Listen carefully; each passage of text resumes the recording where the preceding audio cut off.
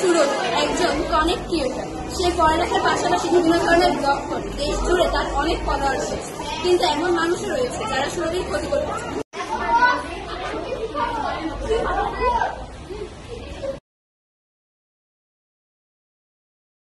সকালে সুরভির বাবা খবরের কাগজ পড়ছে, কাজের মেয়ে ঘর ঝাড়ু দিচ্ছে এবং সুরভির মা রান্নাঘরে কাজ করছে।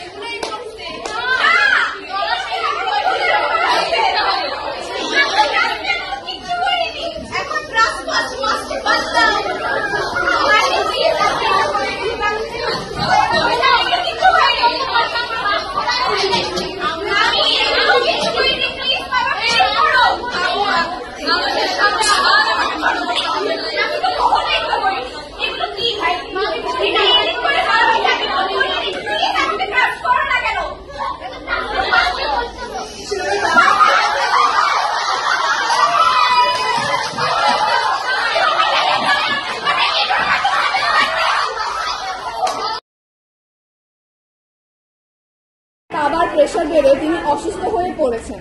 সুরভি তার বন্ধুদের ফোন করে সাহায্য চাইবে।